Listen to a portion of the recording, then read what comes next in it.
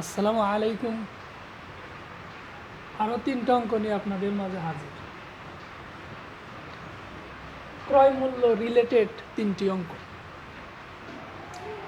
এক নাম্বার আছে, একজন দোকানদার 12% লাভে একটি জিনিস 60 টাকায় বিক্রি করেন। জিনিসটির ক্রয় মূল্য কত? ক্রয় মূল্য চাইছে। 2 নাম্বার,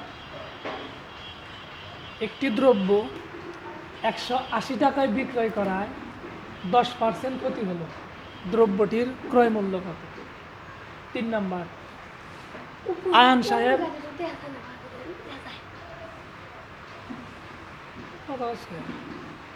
সাহেব একটি মোবাইল সেট পি টাকায় বিক্রয় করে X% লাভ করেছেন। তিনি মোবাইল সেটটি কত টাকায় ক্রয় করেছিলেন? তিনটিতেই ক্রয় মূল্য চাওয়া হয়েছে। এই সমস্ত অঙ্ক আমরা তুলি দিয়ে করব, কোনো প্রকার হিসাব নিকাশ ছাড়া।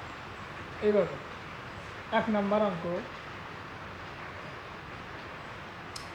একজন দোকানদার 12% লাভে একটা জিনিস 56 টাকায় বিক্রি করেন। আগে যে টাকায় বিক্রি করেন সেটা আগে লিখব। 56 টাকায় বিক্রি করেন, 56 টাকায় বিক্রি করেন। ক্রয় মূল্য সবসময় কোথায় থাকবে? উপর। সবসময় কোথায় থাকবে? উপর। নিচে হবে 12% লাভে 100 থেকে 12 যোগ কত হয়? 112। কাটাকাটি করলেই অ্যান্সার। 56 112-র ভিতর যায় 2 বের, 2 100-র ভিতর যায় 50, 50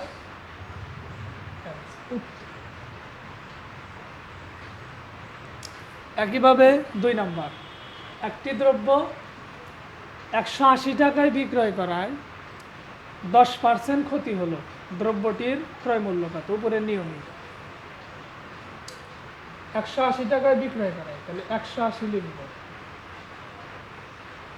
ক্রয় মূল্য সবসময় উপর। 10% ক্ষতি, 10% ক্ষতি মানে কি? কমে যাওয়া। ক্ষতি মানে কি? কমে যাওয়া। এখানে ছিল 12% লাভ, লাভ মানে কি? বৃদ্ধি পাওয়া, সেই জন্য 100 যোগ 12 112 লিখছি। আর এখানে কমে যাওয়া মানে কি? ক্ষতি মানে কি? কমে যাওয়া। 100 মাইনাস 10 90। কাটাকাটি করলেই অ্যান্সার শেষ। যেমন 90 180-র ভিতর যায় 2 বের, 2কে 100 দ্বারা গুণ করলে হয় 200। এইটাই উত্তর। আরেকটা আছে, আয়ান সাহেব একটি মোবাইল সেট পি টাকায় বিক্রয় করে X% লাভ করেছেন। তিনি মোবাইল সেটটি কত টাকায় ক্রয় করেছিলেন? এটা কিন্তু থিওরিটিক্যালের মতো অঙ্ক। এখানে কোনো এই নির্দিষ্ট করে ওই যে 56 আছে 180 এরকম কোনো সংখ্যা দেওয়া নাই, কোনো সমস্যা নেই, একই নিয়মে করবেন। কীভাবে? পি টাকায় পি, তাহলে তিনি মোবাইল সেটটি কত টাকায় ক্রয় করেছিলেন? ক্রয় মূল্য সবসময় উপর। X% লাভ 100 যোগ, এটাই অ্যান্সার। তাহলে লিখবেন 100 পি বাই 100 যোগ X, 100 যোগ X, এইটাই। যদি এরকম অঙ্ক থাকে যে ক্রয় মূল্যটা চাইলে, আপনারা এই নিয়মে করতে পারেন। আজকে এই পর্যন্ত।